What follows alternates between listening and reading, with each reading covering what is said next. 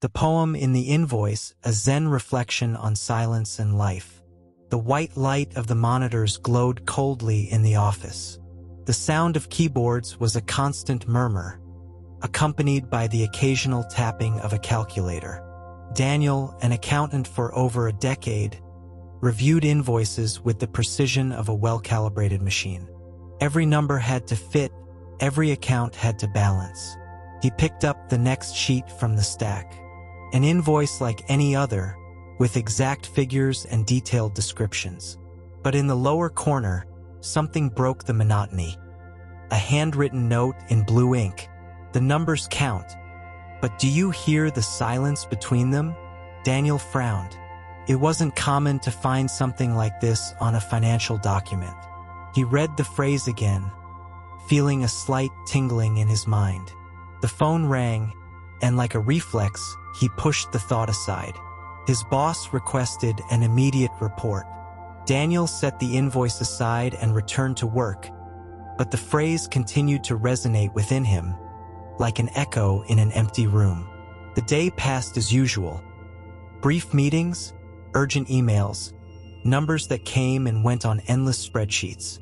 But in the moments of pause, Daniel felt the echo of that phrase floating in his mind.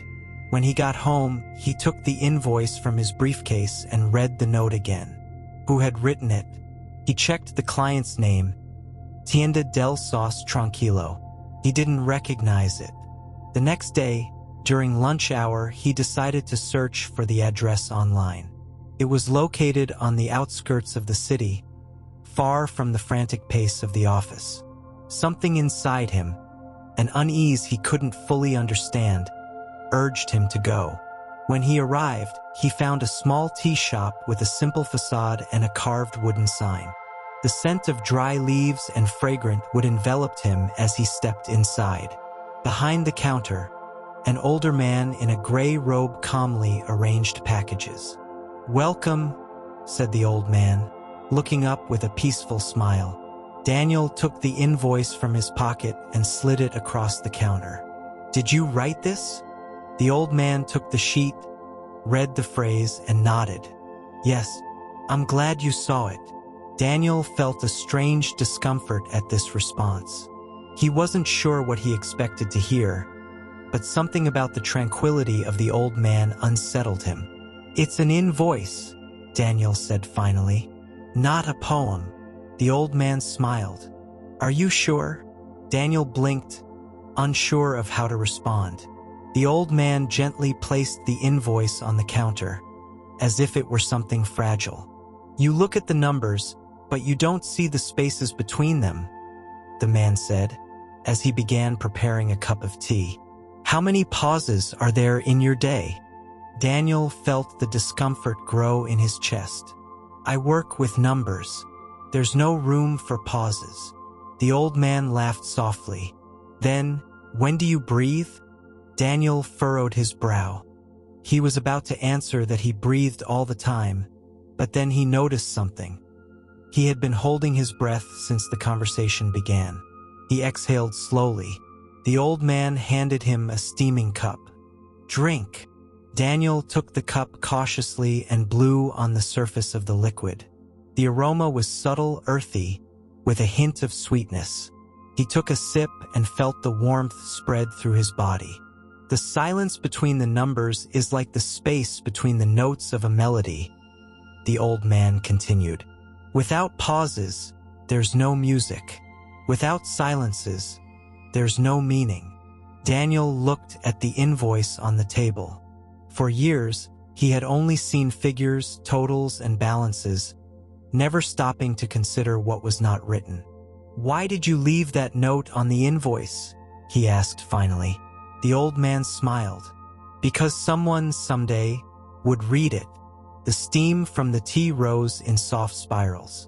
Daniel watched it in silence, feeling for the first time in a long time that there was no need to hurry. "I've worked with numbers for years," he said, more to himself than to the old man. "They've always been clear, exact. But now, I feel like something is missing." The old man nodded. "Numbers are useful, but they aren't everything. Between each figure is a moment of emptiness, just like between every thought. Daniel looked at the invoice again. He had spent his life making sure the accounts balanced, but he had never thought about what was outside of the calculations. "How do you hear the silence between the numbers?" he asked, unsure why he was asking it. The old man poured more tea into his cup. "You don't hear it with your ears, but with your attention. In every pause, in every breath, in every moment when you stop counting and simply are." Daniel closed his eyes for a moment. The distant sound of a wind chime at the entrance of the shop reached him with unexpected clarity. He also heard his own breath, slow and present. When he opened his eyes, the old man was looking at him with a peaceful smile. "You don't have to understand it immediately. Just start by noticing." Daniel felt a strange lightness. He realized that, for the first time in a long time, he wasn't in a rush to return to the office. "I'll come back," he said. The old man bowed his head. "I'll be here." Back at the office, everything seemed the same. The incessant sound of the keyboard, the hum of the lamps, the murmur of hurried conversations. But something in Daniel had changed. He sat at his desk and opened a spreadsheet. The rows and columns stretched out like an ocean of numbers. For years, his mind had navigated these waters with precision, but now he saw something different. Between each number, there was a space. Between each task, a moment before the next. Between each breath, a brief silence. He took the invoice with the note and placed it beside his monitor. He worked as usual, but this time, every time he finished a calculation, he allowed his gaze to rest for a moment on the phrase, "The numbers count, but do you hear the silence between them?" He discovered that, in those small spaces, his mind cleared. His breath became deeper. The constant rush that had accompanied him for years began to lose its power. At the end of the day, as the rest of the office emptied, Daniel stayed a moment longer at his desk. He closed his eyes and listened. For the first time, he heard not only the noise of work, but also the silence between each sound. He smiled. Without rushing, he gathered his things and left. Outside, the wind blew gently between the buildings, and for the first time in a long time, he felt it. The following days passed with the same routine, but Daniel was no longer the same. There was something new in the way he worked, in how he looked at his surroundings. He took brief pauses between tasks, feeling the weight of his body in the chair, the air entering and leaving his lungs. He observed the space between the numbers as if they were notes in a melody, and in that emptiness, he found a tranquility he had never noticed before.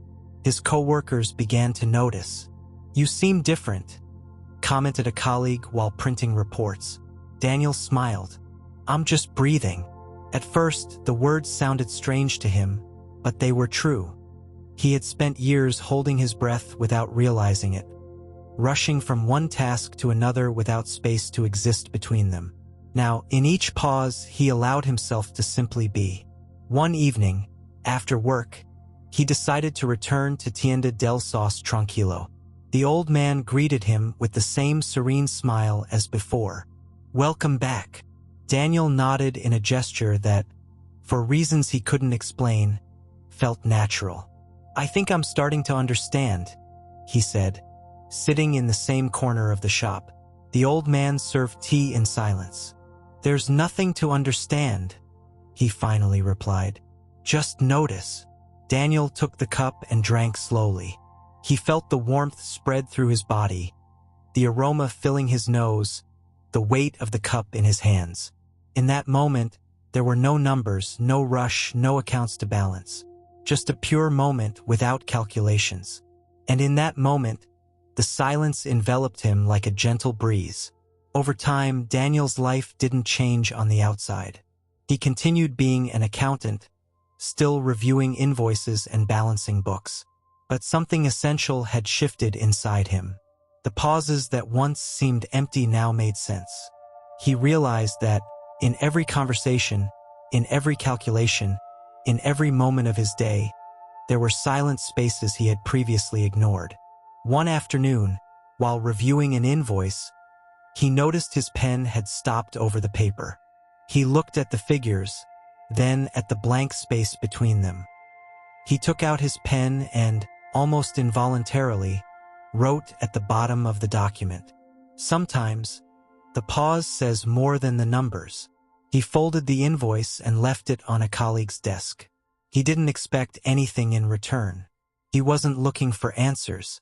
He was just leaving a seed, like the one he had once found in a note from a Zen master on a simple invoice. That evening, as he walked back home, the sound of the city seemed different. Not because it had changed, but because now he could hear the silence between the noises. And in that space, in that pause, he found something he had never looked for before: peace. The days followed their course, and Daniel continued with his work. But now he did it with a new lightness. Not because there were fewer responsibilities, but because he no longer clung to the rush, the noise, the need to fill every moment with action. Sometimes, in the middle of a meeting or while analyzing a complicated balance, he would pause for a moment. He would inhale, exhale, and let the silence filter between the numbers. Little by little, his colleagues began to notice. It wasn't something that could be easily explained, but there was a calmness in him that wasn't there before. One day, while filing documents, he found an invoice on his desk. In the lower corner, someone had written a phrase in blue ink. Sometimes, the pause says more than the numbers. Daniel smiled. He took the invoice in his hands and looked at it for a moment before placing it in his briefcase. He didn't need to know who had written it. The silence between the numbers had begun to speak, and he finally was listening.